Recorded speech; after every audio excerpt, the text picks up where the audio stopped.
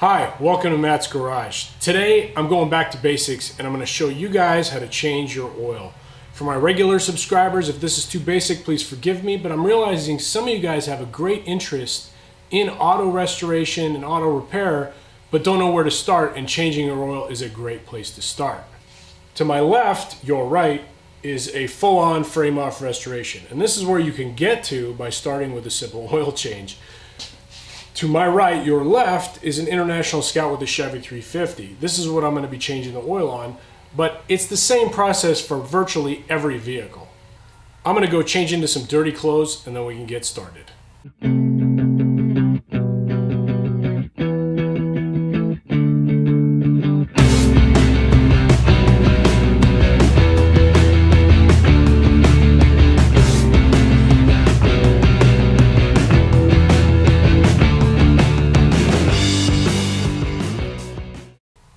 Before I show you everything you'll need to do an oil change, let's talk about some of the reasons you should do an oil change. First of all, it's a good skill to have. It's going to prepare you when you take your car to a mechanic because it's going to make you more familiar with your automobile, less likelihood of getting ripped off at the oil change place or your dealership. Another reason to do it is it's really rewarding. I mean, being able to repair a car or do maintenance on a car yourself, it's just a good feeling. A lot of us work behind a desk or look at a screen all day, and this is something you actually do with your hands and accomplish. And the third reason is because chicks dig a guy who knows about cars. There's almost no financial reason to change your oil if you find a good oil change place. They buy their stuff in bulk. They've got it down to a 15-minute process. They dispose of the oil themselves. So value for money, getting your oil change is probably the smart decision. The reason it's so low cost is because a lot of times people use it as a loss leader. They'll do the oil change at cost or just above cost and make a few dollars profit. But they get in there and they tell you, oh, you need new air filter, you need this done, you need that done. That's what the 12-point, 14-point inspection is for, to sell you more services. So always be wary. All right, let's talk about what you need to do this job. So the absolute minimum you're going to need is oil, a filter, and a wrench. Okay, the wrench is to loosen the oil plug in your oil pan. If you have a low vehicle or a vehicle you can't safely crawl under, you're going to need a jack and a jack stand or two jack stands to securely hold up the vehicle once you get it up off the ground. Do not crawl under your vehicle held by a jack. You do not want to win the Darwin Awards this year. So those are the minimum, and a catch can. Some kind of a catch can to catch your oil. Now, it doesn't have to be a fancy one like this. It can be a big pan. It can be a turkey dish, but you need to transfer that into some sort of a container to take to the auto parts store to properly dispose of.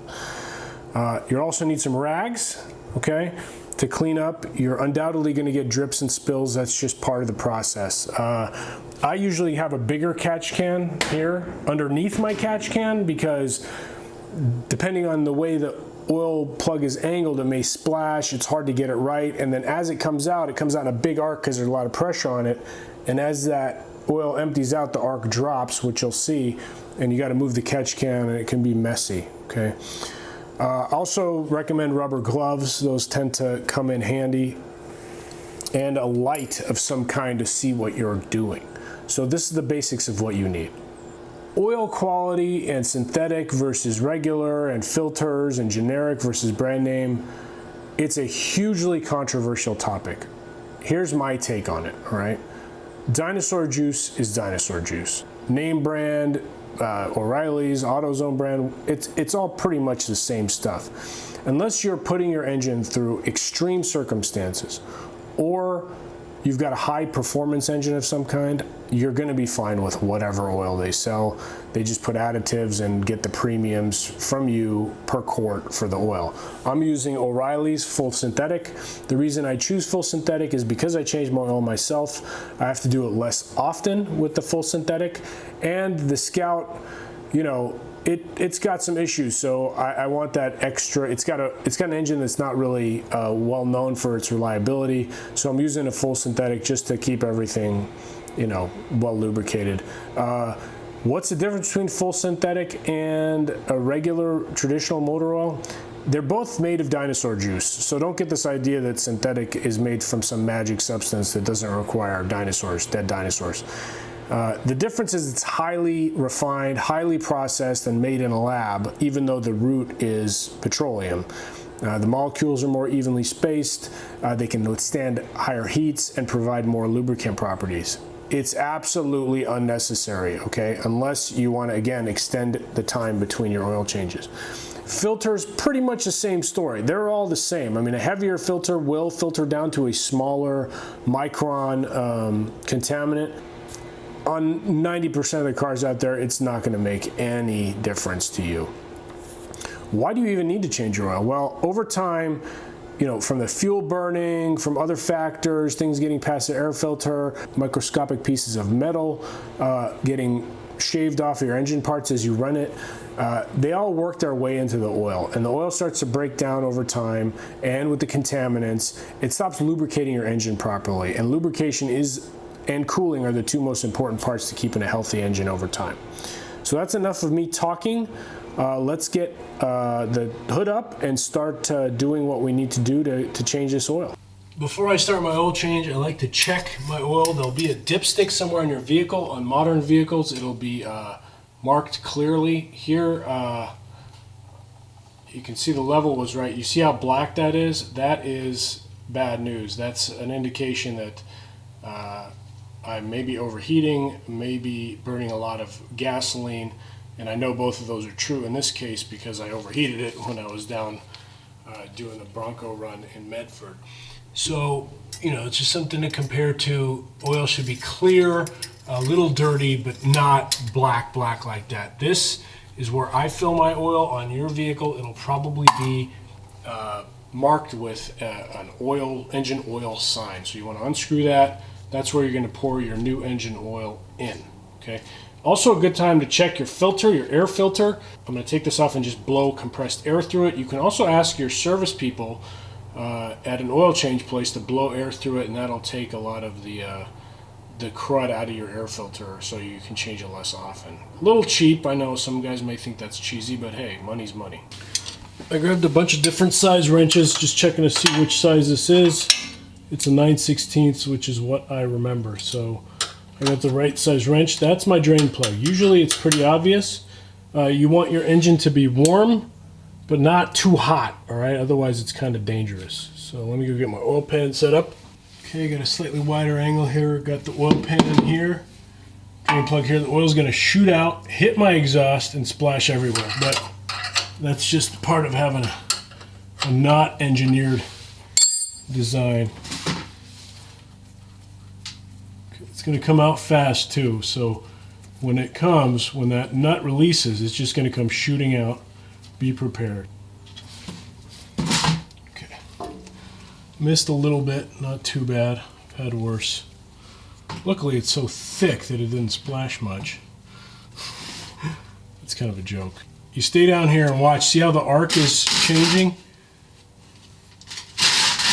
Adjust my can to make up for the arch, and then don't get cocky, because the arch will change directions many times during the process of it draining, depending on your engine. Gotta put the plug on there so I don't forget it, and then you just let that drain. You give it some time, all right, and give it a chance to drain out. All right, now that I'm down to a drip, I'm just gonna wipe that. It'll keep dripping for a while. Wipe that, put the plug back in, and tighten it. When you buy your oil, the guys at O'Reilly's or whatever will generally know, based on what type of vehicle you have, whether you get a gasket for your oil plug or not. Now when you tighten, there's a specification to it. You guys probably will not have a torque wrench if you're watching this video. So I generally get it till it's snug and do like a 1/16 of a turn. And that's it. You definitely do not want to be wrenching on that. It's not designed for it, and you'll do more damage and cause more leaks by over tightening that plug. One of the nice things about the Scout is there's a lot of room. So you can see here, this is the oil filter. It's like a round jar, basically. And to get it off, if you're looking at it from the bottom, it's like turning it lefty-loosey counterclockwise, just like you would with a screw. To take that off, I use this adjustable oil filter wrench, all right? It fits pretty much every oil filter, but Problem with this is you have to have access from the side, all right? There's other kinds that are like a cup that attach to a ratchet to go and perfectly fit the bottom of your oil wrench. That's what you'll need if you can't get one of these in there. There's also another kind that looks like a loop that tightens, self-tightens as you're loosening it. And if you don't have an oil filter wrench, you can actually hammer a screwdriver into the side of that oil filter and unscrew it. It's messier, it's a pain, I don't recommend it. Oil filter wrenches are pretty cheap. I think this one's like $6 or $7 at Harbor Freight. All you really got to do is get it loose. Once you get it loose, you can go underneath and lefty-loosey. This would be righty-tighty from underneath. This would be lefty-loosey. I'm going to try to get at it from under because it's hard to get it from this angle. Here's the new oil filter. I'm going to pour some oil into it, all right, to keep the engine from starting dry. All right, I don't get it too full because it gets a little unwieldy, and you'll undoubtedly get some on the edge there. So what I do is you take that and you run a thin bead of oil around the gasket, and what that does is it helps it seal. I like the Frams because they have this grippy material on the bottom. Not really worth the money, but Frams are pretty cheap, so I'll go in there and I'll screw this back on where I took the old one off. You hand tighten it as hard as you can, and that should hold it. Okay, now that the oil is drained and the filter is changed, go ahead and fill up your engine with the appropriate amount of oil. In my case, it's about 5 quarts. I'm going to put in 5, including what I put in the filter. If you check your oil right after, it'll look over full, but you gotta run your engine before you can really tell the proper level. At this point, the mic shut off and ran out of battery, so not gonna get any sound, but I turned it on, ran it, checked the oil a few times, and then backed it out and pulled it in the driveway. It ran a lot smoother than it did with that black, horrible old oil. So it's very important to change your oil, guys. I hope this inspired you to do your own oil changes and get in there and wrench. Once you start, it becomes a great hobby. Certainly a lot better than gambling or a lot of other things people are doing these days to pass the time. So enjoy. If you like this show, please check out my other shows on Matt's Garage. And if you didn't, well, thanks for getting this far. See you next time, Matt's Garage.